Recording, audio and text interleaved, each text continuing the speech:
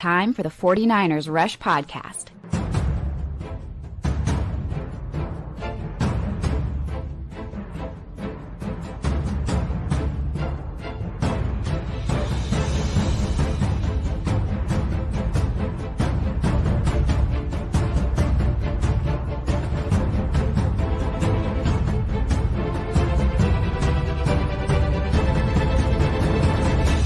And here's your host, John Chapman.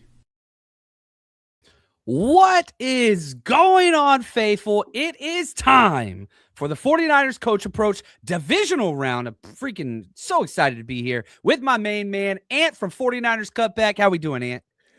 Doing great. Yeah, Divisional Round. This is exactly what you sign up for as a fan. And Kyle Shanahan continually gets the 49ers deep into the playoffs. And this is where we're at. And right now, there's so much optimism, and it's crazy to say. We just lost an all-pro tight end this last week, and everyone's not batting an eye because of what this team has been through this year and the perseverance and the way they've been able to overcome.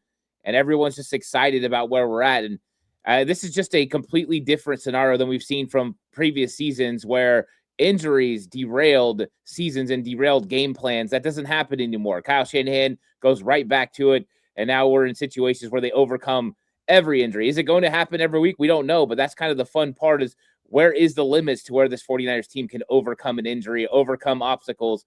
I don't know. It may never come. We'll see. Oh, I love it. Look at this. Super chat from Phil. He says, my favorite day of the week.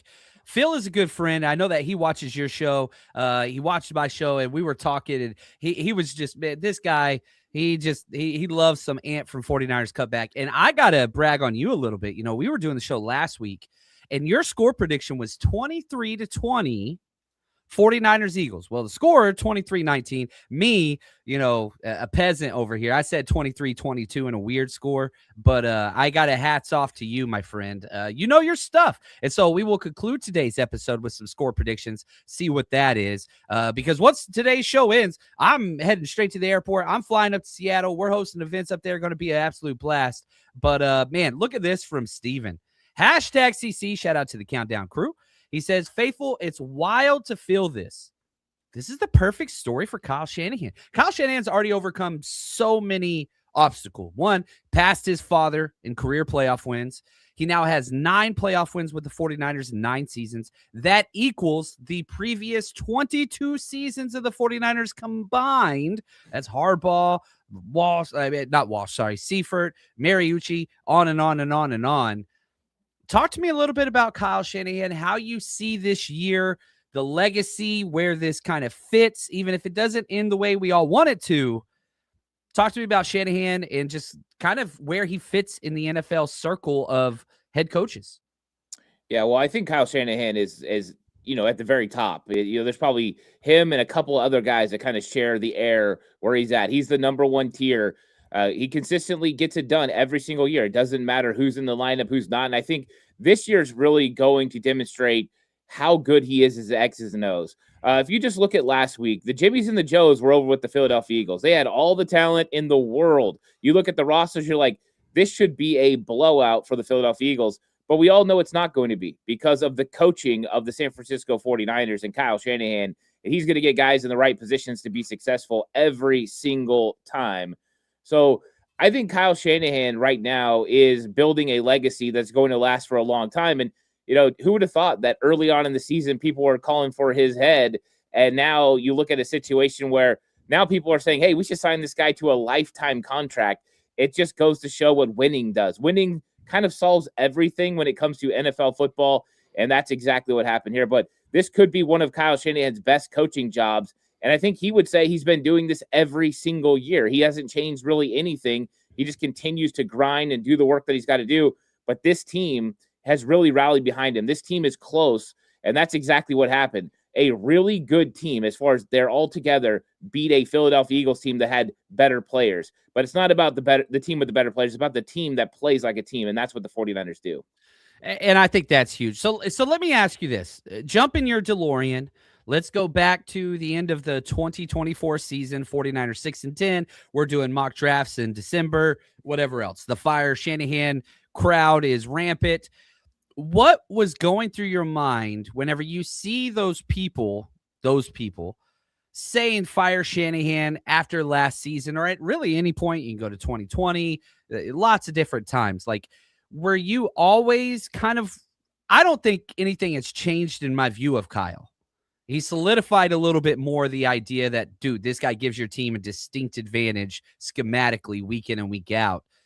But what would you say to the people that are like, man, Shanahan needs to go, can't win the big one, and then you jump into 2024 where those people were loud? What were your thoughts then versus, like, has it changed at all? I mean, I always kind of looked at what people say as a lot of times emotional thought processes. A lot of it's just emotions, and they call them fanatics for a reason. And some people just really get upset with Kyle Shanahan. But I think if you live through days of Dennis Erickson and Jim Tom Sula and some of the guys that you have, you understand what you got with Kyle Shanahan, because some teams, they have a bad year like 2020 and they just never come back. They never able to overcome what happened. And not only did they overcome, but they got all the way to the NFC Championship in 2021, NFC Championship in 2022, Super Bowl in 2023. And so you see how good Kyle Shanahan is.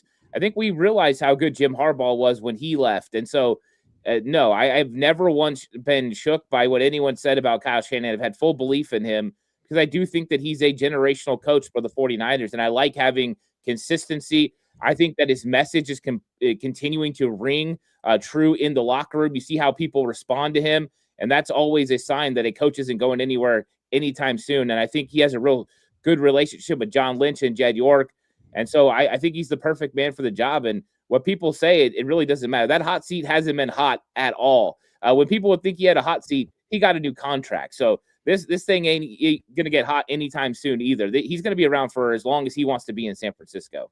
I agree as well. Well said, my friend. Right here, Jax. Appreciate the super chat, your generosity, your friendship, and your positivity. She's as positive as they get. John, Ant, do you think that Fred Warner plays? Hashtag CC. So this was part of the segment, who is playing?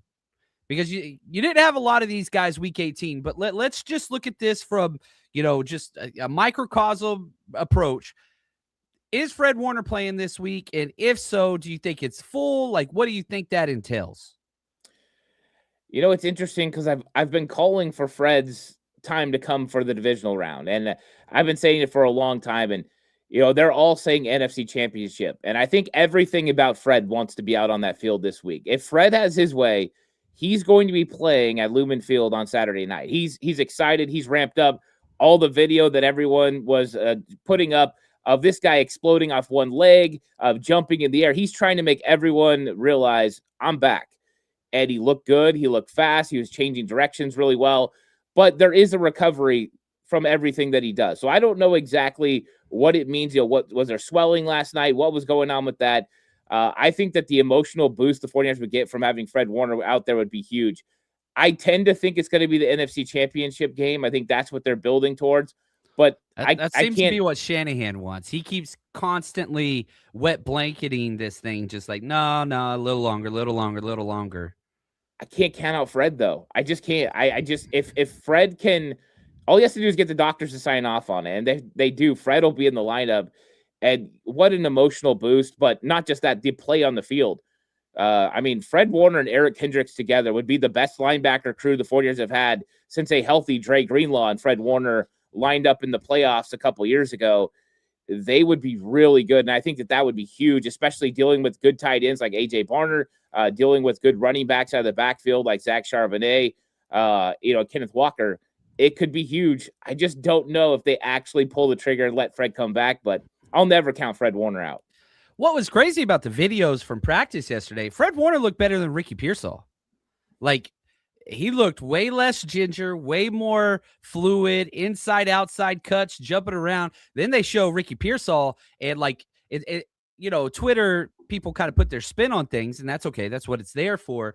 But I watched those videos of Ricky Pearsall, and I was like, ooh, I didn't like it. Did you feel the same way? Yeah, I thought that especially that one they were showing where he kind of did the stop and go, and then he broke outside and kind of just knocked the ball back to himself. He didn't explode into the ball. And maybe that's just what he was doing in that particular session. But to me, he looked a little bit ginger on that knee. I was definitely less excited about what he looked like compared to Fred. Yeah, it was.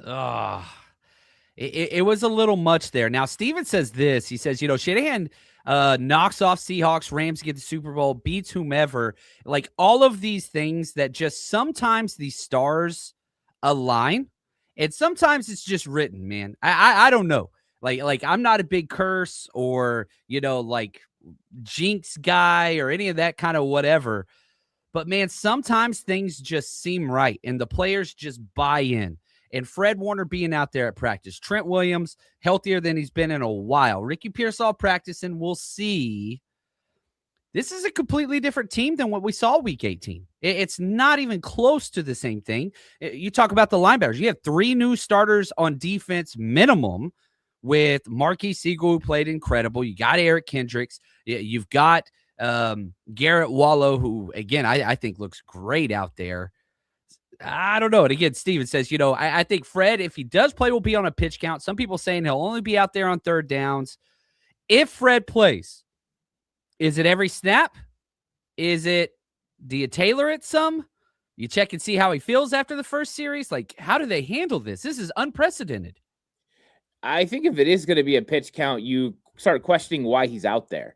I think if you have to limit Fred Warner on how much he's going to be able to play, it's like, wait, why don't we wait another week to make sure that he's going to be ready to go?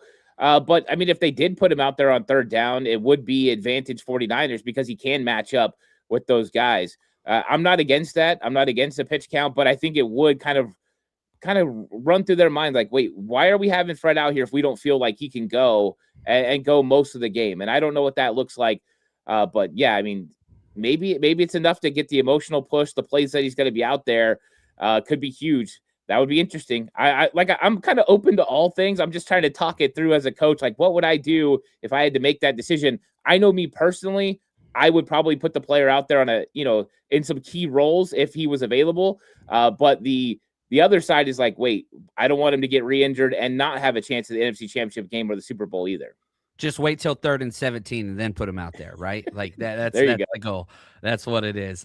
Sonia says a little Warner, a little Kendricks. Okay, well then let's remove the hypothetical and let's say for this conversation, whether this week or the NFC Championship, assuming the Niners win, Fred Warner is back. What do you do with Eric Kendricks? He's new to the team, just learned the mic position, which he did quick as hell. Do you move Kendricks to Will? Do you go with the banged up D winners? Do you keep Garrett Wallow? How do you handle this linebacker rotation when Fred is back? What's that look like? I would go to Eric Kendricks at Will linebacker. I mean, this was the plan last year. We all knew that that's what they were going to do. He was going to play in place of Drake Greenlaw until Greenlaw came back. And Kendricks' intelligence is the real buy-in for me.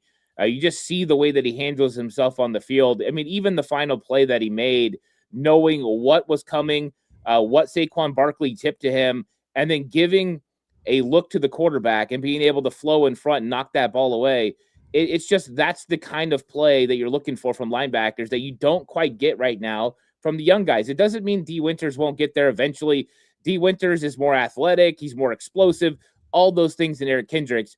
Eric Kendricks is a better linebacker right now. His eyes are better. His pre-snap reads are better. He flows better to the football. He just lacks the physical tools D. Winters has, but you don't need physical tools if you can get there with instinct and you can read it quicker. So I'm with Eric Kendricks and Fred Warner playing together. I think that would be just a very impressive group, and I think that would add stability as those guys would get everyone lined up all over the defense, and I think there'd be less breakdown. So I'm all in on Kendricks and Warner together. Oh, so many positives, man. So many positives. I got to give a quick shout out to Niner Empire Denmark. This is the good man, Kim. He's incredible. We're friends. We've hung out a few different times. Not Phil Dawson.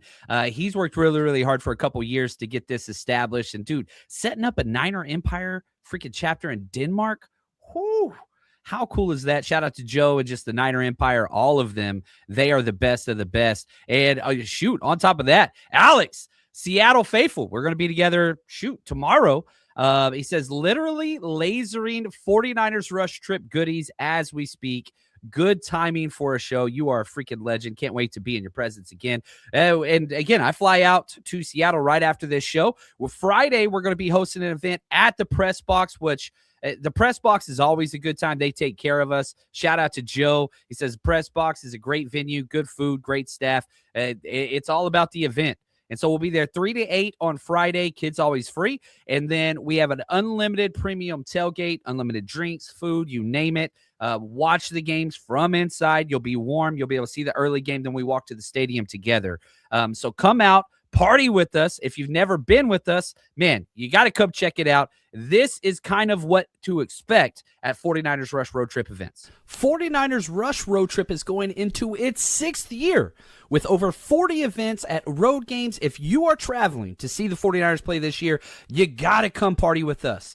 And on top of that, we give games, trivia, giveaways. We've partnered with TickPick this year. All you have to do is search 49ers Rush on any of the TickPick sites, apps, you name it. And on top of all of that, best dressed, giveaways, autographed jerseys, kids are always included, and get in for free with a ticketed adult. And a lot of times for select cities, we will have 49ers legends come out and you get to meet and greet them and get an autograph. Navarro Bowman, Frank Gore, Patrick Willis, Fred Warner are all players that we have worked with in the past. And trust me, if you want to build the 49ers community, you're traveling by yourself, we got you covered. 49ersRushRoadTrip.com.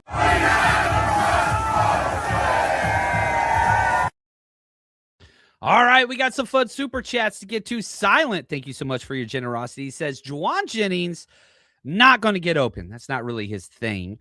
Can they just sick him on Iman Worry and Witherspoon? Get in their heads. If he can't get open for the ball, let JJ headhunt. What are your thoughts?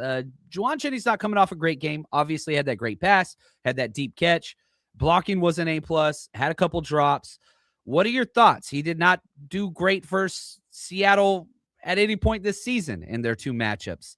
Talk to me about Juwan Jennings kind of being the wide receiver one, what that looks like for Brock Purdy and just this matchup in general. Yeah, I mean, I think Juwan Jennings' impact on the game has got to be physical when it comes to the run game. I think that's one of the things the 49ers wide receivers are going to have to succeed at this week, especially without George Kittle. If they are able to stop the 49ers rushing attack with just that too high safety look, it's going to be a long day for the 49ers throwing the football. So I think that that's going to be an important part of it. So every one of them are going to have to put their hard hat on and go out there and play physical. I think with Juwan Jennings, it all comes down to rhythm and kind of getting involved in this game plan at some point. I know that that's going to be a tough deal for him. Those cornerbacks are no joke. Those guys are big. They're fast. They play really strong. It's not a great matchup for him. But if other guys, Demarcus Robinson and Christian McCaffrey and Jake Tunges can get some things going, that will open the door for Juwan Jennings especially. So there could be some holes in the zone. I also believe if you can run the ball successfully and all of a sudden you get a single high safety look at times, well, then things start opening up for Juwan Jennings. And make no mistake, if Ricky Pearsall plays, that will help as well. So 49ers have some ways to get Juwan Jennings open, but I don't think you go into this game saying, hey, I need to get JJ the ball or I need to get this guy the ball. You go and you say, okay, here's what Mike McDonald's doing. Let's attack it. Let's get whoever it is. I don't care which receiver it is. Just get them the football in space and let them make a play. 4 and 5 yards per play is exactly what you need this week. It's not about the big time shots until they creep in the box and go ahead and take advantage of it. Yeah, and shout out to Shane, good friend. I get this question a lot. How are they letting Malik Turner play over Jordan Watkins? How could he be that bad? One, Malik Turner knows all 3 wide receiver spots. He's been with the team for a while. 2, he blocks better than any wide receiver we have. 3, the special teams. 4, Kyle Shanahan doesn't trust rookies, which is ironic with the Malik Turner drop on the huge play and whatever else. But don't expect that to change now. Don't expect Kyle to turn to rookies now. Don't expect to see Gowing. Don't expect to see Malik Turner. But my question is Ricky Pearsall going to play? We talked about how he looked more ginger and he didn't look great, didn't look spry at all. Do you expect him to play? Obviously, he's got limited practices in back-to-back days. Are we going to see number 1 out there? I don't know. I've kind of put this thing at 45% this week. I was more confident with Trent Williams last week. I put him 50-50, ended up being able to play. I think we're just under that for Ricky Pearsall, especially seeing some of the things he's doing out there on film. And, maybe his knee will will respond to everything that's going on over the next couple of weeks. I think he's going to make a full push for it. I just don't know if he can get out there. I think him coming in and out of breaks with that PCL has been really tough on him. And he's just the fact that he continues to re-injure it. I think it's going to take a while for it to heal all the way. So he just got to make sure that he can deal with the pain and he's able to actually make the plays he needs to make. But I don't know. I'm still a little leery of Ricky Pearsall playing in this game. Yeah, I'm with you there. Trey, appreciate the super chat, man. He says, I'll be there tomorrow with the fam. Oh, that's what I'm talking about. I'm pumped. My first road trip. Do you guys do games and stuff? I'm so pumped. Love you, dude. Right back at you, Trey. Yes. Our goal is no kiddo comes to an event and leaves without something tangible in their hands so they can remember the event and have a wonderful time. So everything that we do is family friendly. So yes, trust me, the kiddos are going to have a good time. I got coloring sheets. I got all kinds of bingo cards, you name it. Kids are going to have a great time. I became a fan when I was 9. Do you remember how old you were when you became a 49ers fan, Ant? It was from birth. My parents or my dad's a huge Niners fan. My grandfather was a Niners fan. So, yeah, I mean, I remember seeing old pictures of me for my first birthday. I'm wearing 49ers, like the old school helmet and gear and all that stuff. So, yeah, it's been since birth for me. I love it, man. I love it. My fandom came out of hate and anger, and but we're still here. You know what I mean? We took different paths, but we're still here, my brother. Daryl, I want to say shout out to Daryl. He's been a member to our YouTube channel for 40 months. Incredible. You are a legend. He says, as you guys speak on it, ESPN just released an article about Fred pushing to play this weekend. You know, we've been on the coaching sidelines, and you get those gladiators, which Fred is the definition of a gladiator. You can't always go with what they say. You can't. Now, what was Fred's line yesterday? He says, quote, we're taking it day by day. I think they said last week they weren't going to open my window, and then my window is now open. So, yeah, we're just taking it day by day, end quote. He's like, they said I want to go be here. Guess who's here? And he's not leaving any doubt. You look at him jumping around, jumping over pylon machines and practice dummies, and there was no ankle brace. He didn't have an ankle brace on. Like, it hasn't even been 100 days. What? My calf's been injured for months. I ain't Fred Warner. I am Fred Warner.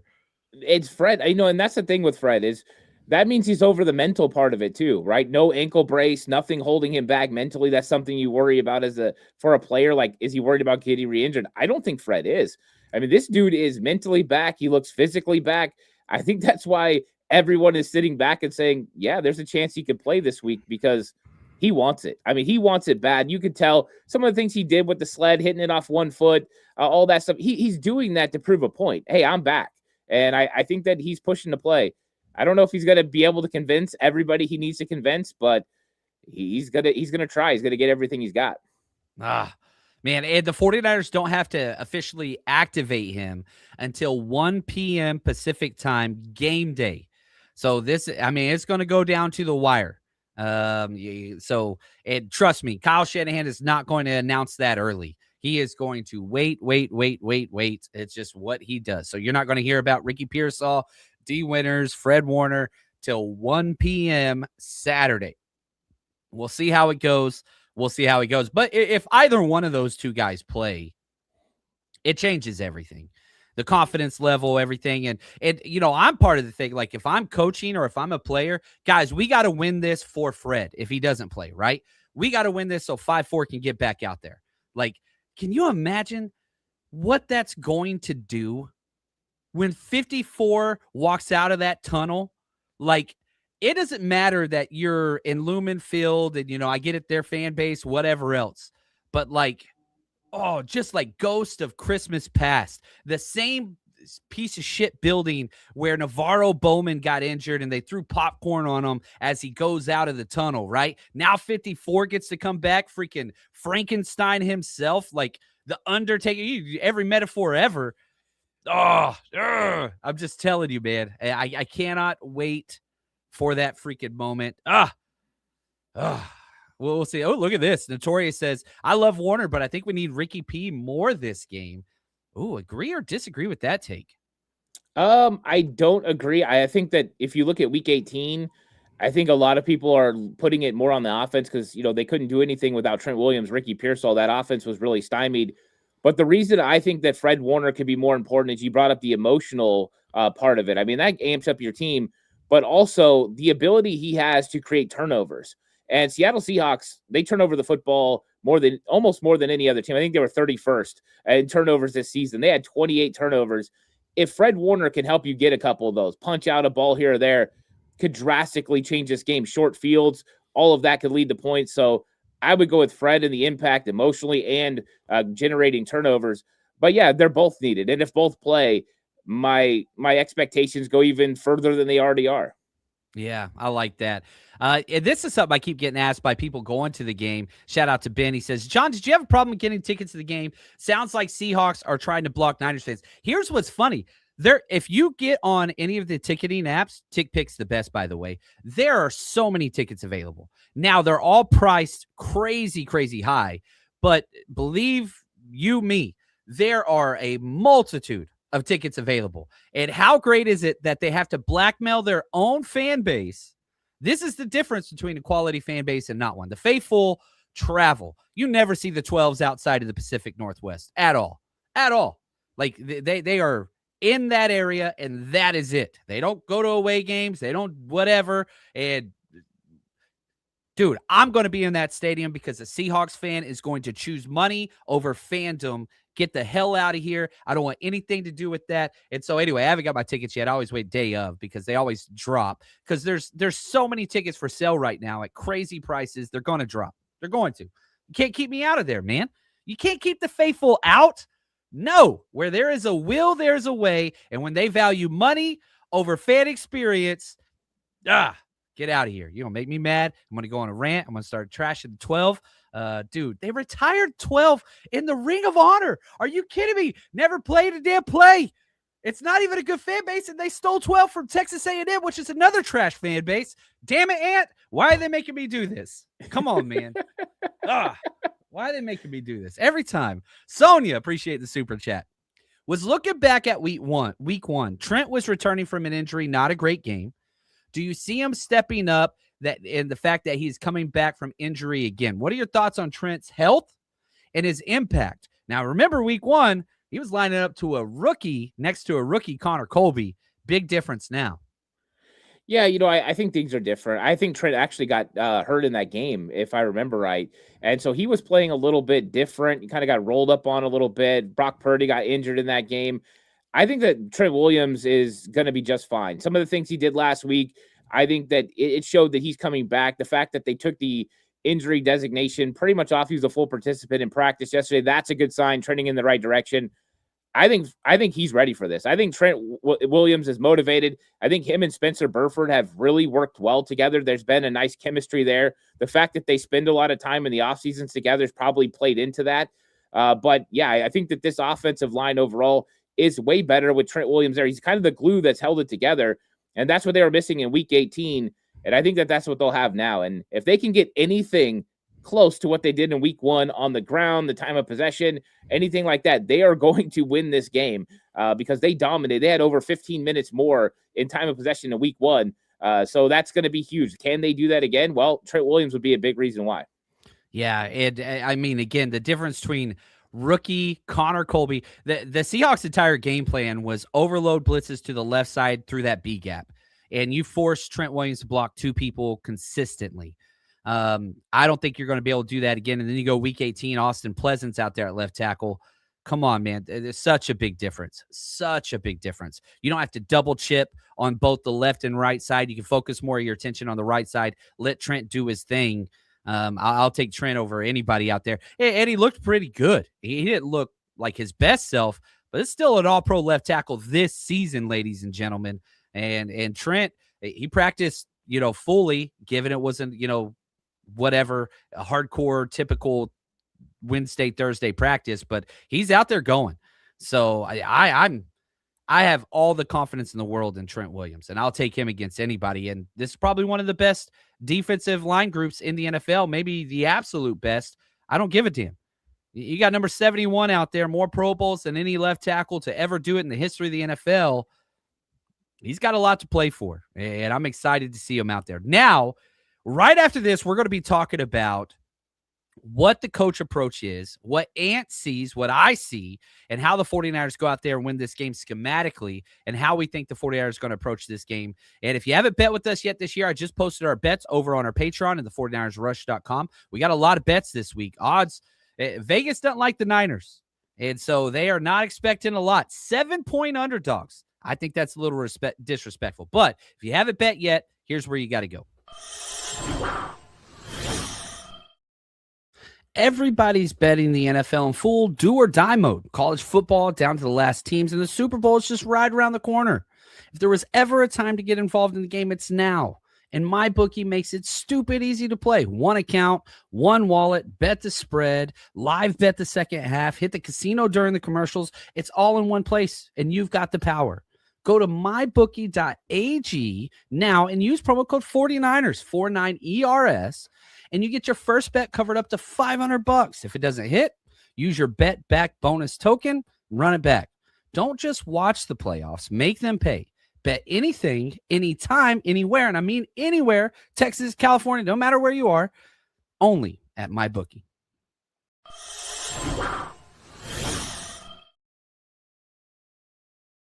All right, let's talk about this matchup, Ant. Week 18, you lost 13-3. Week 1, Jake Ton just snatched the freaking victory right out of their hands. What do you see as some of the key defining metrics that the 49ers are going to try to accomplish? Offense, defense, special teams. What stands out to you? Yeah, I think number one, it comes down to third down. If you look at week 1, 49ers were really good on third down. It's my notes. And you took my notes. That was my number one. So thanks a lot, Ant. I apologize. Keep going, man. No, it's all good. That's it. That's you as a coach, right? That's what you look at. Defenses want to get off the field. Offenses want to continue their drives. And that's what the 49ers have to do. And in week 1, that's where it was. 49ers did it on third down. They did it on fourth down. They were really good at continuing to stay on the field and moving the sticks. They have to do that in this one. In the week 18 matchup, they just never could get a rhythm on offense. They couldn't get any first downs. You know, I know Kubiak talked about it yesterday, but this is something that definitely hurt this football team. And that's why they only ran the ball 12 times. And in fact, 10 of those were by running backs. The other 2 were Brock Purdy. So it wasn't like the run game ever got a chance to get established. And you have to establish a running game against the Seattle Seahawks. But I will caution this. I don't think it's as important to get a lot of carries as it is to make sure you get yards on first and second down that make for third and manageable. I don't care if it's the West Coast offense style this week where everything's a extension of the running game, you know, swing passes, screen passes, get the ball out quickly, get those guys the ball to make some plays. I think that that's more important to have third and manageable than to run the ball consistently. I do think they need to run the ball. They got to keep Seattle honest. And I think that there's going to be some things open up. We know that the Seattle Seahawks can't really cover everything if they're going to continue to have that outside player stick on Brock Purdy in the boot game. So that means there's going to be some avenues to run the ball. Can the 49ers take advantage of it? That's going to be a key as well. But it starts with third down. And then I think the other one, John, that I really want to mention is the red zone. The 49ers have been really good in the red zone against Seattle on defense. Seattle has only scored 1 red zone touchdown in either game. They're 16%. If the 49ers can continue that, they will be in the game at the end. Oh, I like that. Look at this. Phil, long drives and turnovers to win the game. Long drives is everything. I think that goes with the third down conversation that Ant and I both think is pivotal. You went 2 of 11 on third and fourth downs. There were no long drives. And the one long drive you had, ball hits Christian McCaffrey in the palms of his hands. It's an interception at the 3-yard line. That is, I mean, the game changed right there. That is where everything kind of went to whatever. Now, I would argue defensively, I don't think that there's anything magical you need to do defensively. I just really want outside contain in the run game. Diamador Lenore is awesome. He's the best defensive back the 49ers have. Not close. It's about 4 games in a row that he's given up a major explosive to his side because he cheats into that B gap, gets a little overeager, and then just loses outside contain. And I mean, you've seen it time and time and time again. And all of those have been major pivotal moments and drives of those games. Demo got to stay outside. I like the overeagerness to help the run game, but man, know your job. Do your job. And so, like, that is one of the things. I don't think that you have to go above and beyond to do some wild schematic anything against the Seattle offense. And I know they score a lot of points, and I get that. I get that. JSN's amazing. The run game's great. I think the difference of personnel with Marquise Siegel, Kendricks, Garrett Wallow, that's enough. I think it's enough. Obviously, he held this team to 13 points, but you and I watched the tape. That was some horrible defensive tape last time the 49ers played the Seahawks. They should have had 24, 26 points easily. Now, is this going to be another low-scoring affair where it's grinded out, field goals win it, all that kind of stuff? Or do you think that this is going to be a little bit more kind of high-flying, put some points up? It was 17-13 the first time, 13-3 the second time. Will any team get to 20 points at any point in this third matchup? Yeah, I do. I think the teams are going to get to 20. I think it's going to be a low 20s game. I don't think that either team is going to explode. I just don't think you could see that from either one of these football teams, but I think they both showed the ability to do so. I mean, the second scoring offense in the league is the Seattle Seahawks. I mean, they averaged just over 28 points per game. 49ers around, I think they were 25.7 points per game in the regular season. Both these teams can score, but they know each other so well, they don't really score against each other. Now, do I think the 49ers can hold Seattle to 13 points again? I don't know. I think that that's tough, and you brought it up. They could have easily had 19 with the 2 missed field goals by Myers, but that's a part of the game as well, right? Guys miss field goals. Guys miss extra points. That is a part of the game. So you got to put them in those situations to make them execute field goals, and it's still a field goal touchdown game. 49ers, go 2 of 4 in the red zone, and Seattle goes 1 of 4. Next thing you know, you look up and you've got the lead because they weren't able to get those touchdowns. So those things are hugely pivotal. And I think the 49ers red zone defense has been probably underrated this year. They continue to play pretty well. Yeah, if you look at just the red zone statistics, defensively they're 12th, but they were like 17th, 18th a couple weeks ago. Like they have jumped up 5 to 6 spots in just a couple short weeks. And so that's against the Eagles, who are the best red zone offense in the NFL. They were number 1. And in Seattle, they're definitely up there as well. So I definitely think that this game can be had.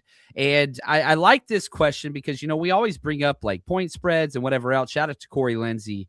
John, do you believe the Vegas line is not always right, or do you not care about the Vegas line? I do care about the Vegas line. We bet every single week. We're up a lot of money this year. But what the Vegas line moves to is how the money goes in. Vegas's entire persona is no matter what the outcome is, we're not losing money. That's all that they care about. So it's not so much a sports take. It's where the money is going in on. And the money went in real heavy on the Seattle side early, and now it's starting to shift back to the 49ers side.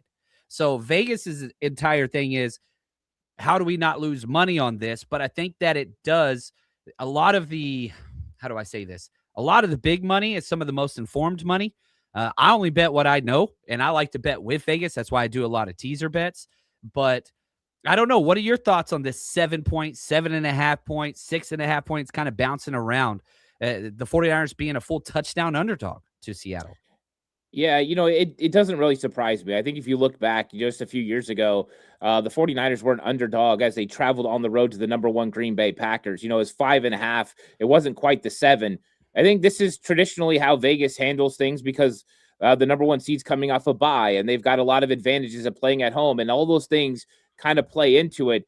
But that doesn't take into account X's and O's. What are things that people bet on? They bet on those types of things. Outcomes in other games. They also will bet on who's going to play in the game. So George Kittle being out, that also people are going to bet more money on Seattle. That's just the way it goes. I do think the smart football people see avenues for the 49ers to win. And like you said, some of that money is going to come in over the next couple days.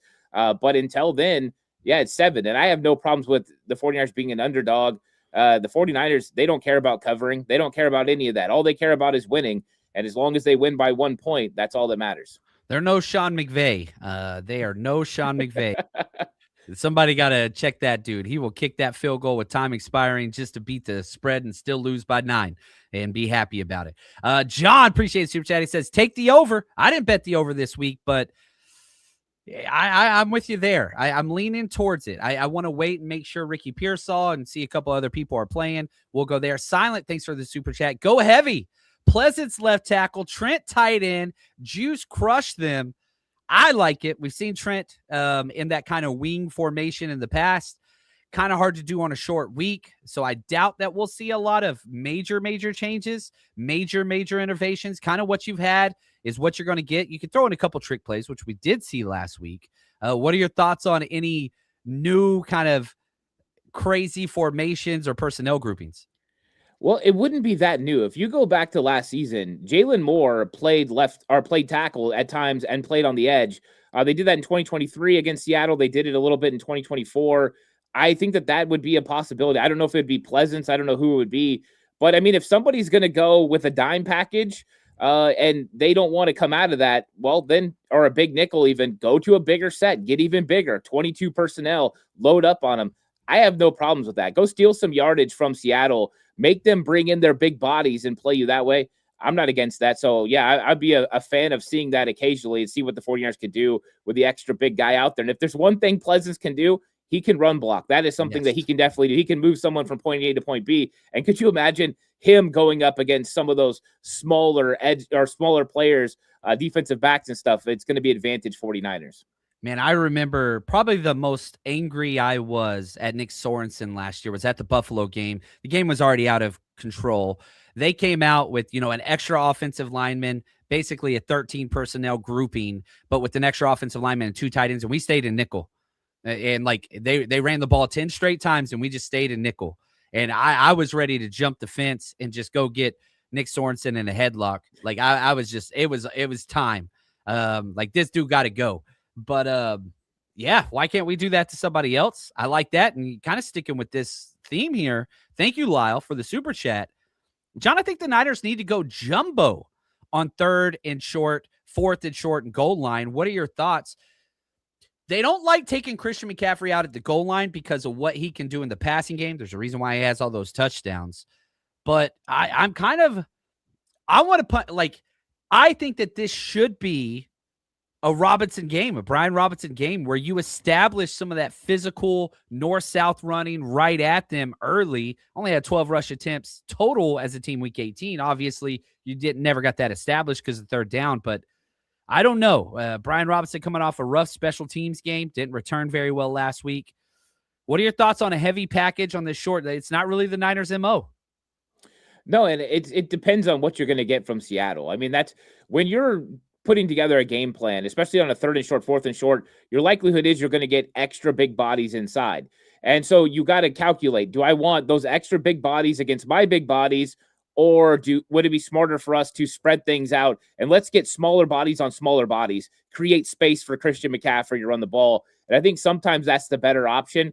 I think if this was a different team, if we were talking about Chicago, I would be all in on, hey, 3rd and 1, 4th and 1, let's jumbo, run over them. We'll be able to get first downs. I think against Seattle, they could bring on a Jaron Reed and get a little bit bigger on the inside, and they can make it a little bit difficult. So I think that there are advantages to running it at times. I just wonder if this is the team to do it. This might be the team to spread them out a little bit, try to find a crease for Christian McCaffrey, Brock Purdy being able to quarterback sneak, those types of things. So there could be some give and take with that. I think I like running a jumbo package on 1st and 10 a lot more than I like running it on 3rd and 1. But, I just against this team, I think Chicago would be different.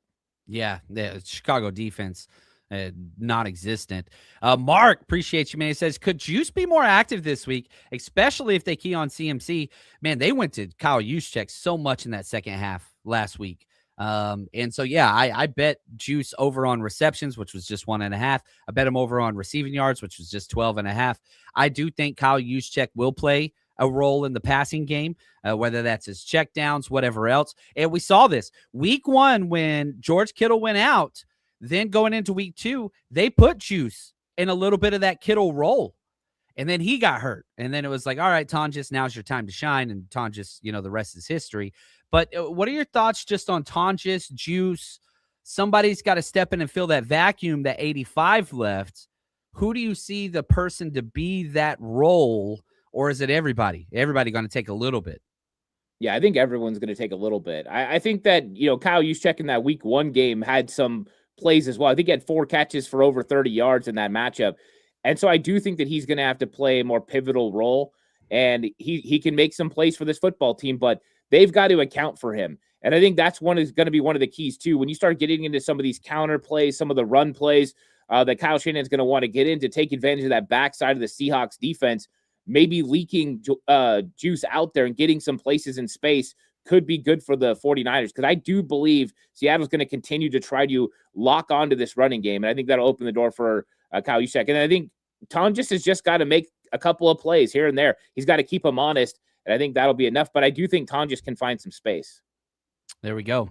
And if that's the case, man, dude, Tonjes, when Kittle's out, he has the third highest passer rating when targeted in the NFL. He's right behind Puka. Like, it's unbelievable. I can't believe they just completely discard this guy when Kittle's healthy. Obviously, Kittle's the guy, but Tonjes offers something. And I hate that they just say, nah, absolutely nothing. You get 0 offensive snaps when George Kittle's healthy. It just drives me crazy. But Tonjes was the hero week 1. Maybe he goes back out there. Los Gatos. Got to do your thing, big dog. I freaking love it. I freaking love it. All right, Ant, this is your time. I want to turn it over to you. What are some other things, perhaps, last thoughts before we do our score prediction? If you're watching, go ahead and throw your score prediction in the chat. We'll see who's accurate with this one when it's all said and done. One more just kind of key takeaway in this matchup, or something that you see the 49ers need to highlight. Yeah, I think it's going to be staying home in the running game. Like, this is one of those times when you're playing defense that you've got to be where you're supposed to be. You brought up know your job, do your job earlier, and that's exactly what it has to be. Last time they played the Seattle Seahawks, they were too eager. They were over pursuing. They were getting out of their lanes, and they weren't there to stop Kenneth Walker and Zach Charbonnet on the backside. They've got to do that. I think the tackling is already going to be better. We've talked about the players that are playing this week, guys like Marquise Siegel. I think he's the best tackler on the 49ers football team. And I think that they're going to be able to make more tackles and more plays around the line of scrimmage.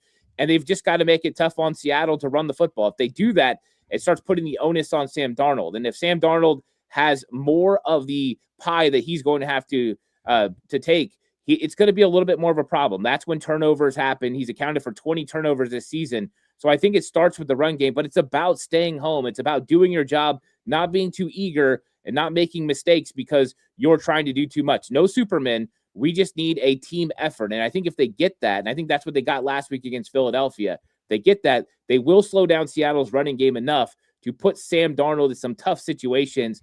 I think that could be a good situation for the 49ers. There we go. There we go. Shout out to 49ers, George, the super chat. He is incredible. You're my freaking hero. He says, John Chapman is the best. You're the very nice person. Thank you, George. You are the best. All right, let's do this score prediction.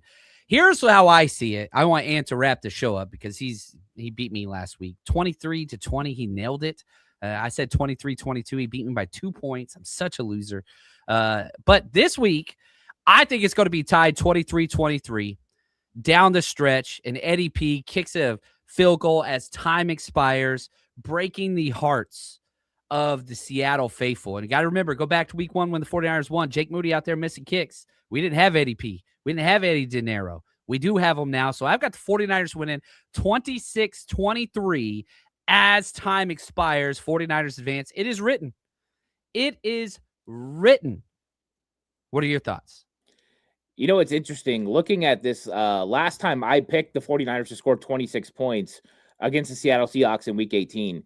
I don't think they're going to get to 26 this week. I think I'm going to stick where they were last week, actually. I'm going to give the 49ers 23 points, and I'm going to give the Seahawks 20. I think it's going to be basically the same thing. Here's why.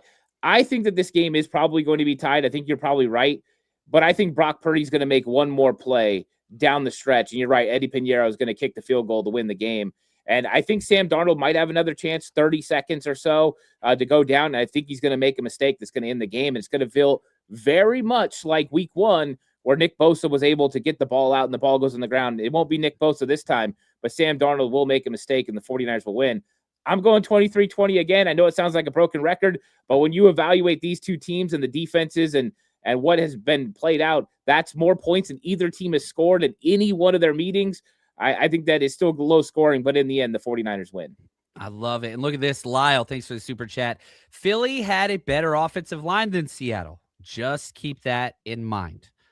I do agree with that one. I do agree with that one. So we'll see how it goes. And you are a freaking legend. Let us know what else you got going on this week with everything and leading up to this game. I'm going to be flying and partying. So this will be my last show before the post-game show, the post-game live show from Lumen Field. So what can we catch? What's going on with your channel and your Patreon?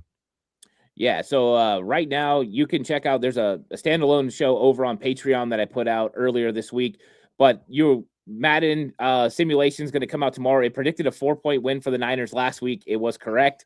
So that's kind of funny. That will be coming out tomorrow. Also, my game preview show will come out tomorrow. And then after the game, the post-game show, I will go live, but I will be going live after you. I usually come in right after you. I don't rush to get it done. John gets on. He sets the tone for everybody. After you're done with John's show, just hop over, and I'll be doing my live show then. I'm assuming I got some college buddies coming out to this one. It's going to be a pretty quick post-game show, and we're going to be having a good time. So this is our 11th trip this year that we've done, which is awesome, and I'm very thankful and a wonderful opportunity to be able to do that. I am very tired, and we're going to get this. Look at Shade, you freaking legend. Grab a beer, chap. You're the man. I'm gonna take you up on that. And I just want to say thank you, man. Your generosity. So, Ant, you're the best. We're gonna be doing this again next week, NFC Championship style. I just feel it. This road does not end here. Great things are ahead. Sometimes it is just written. And until next time, stay strong, faithful.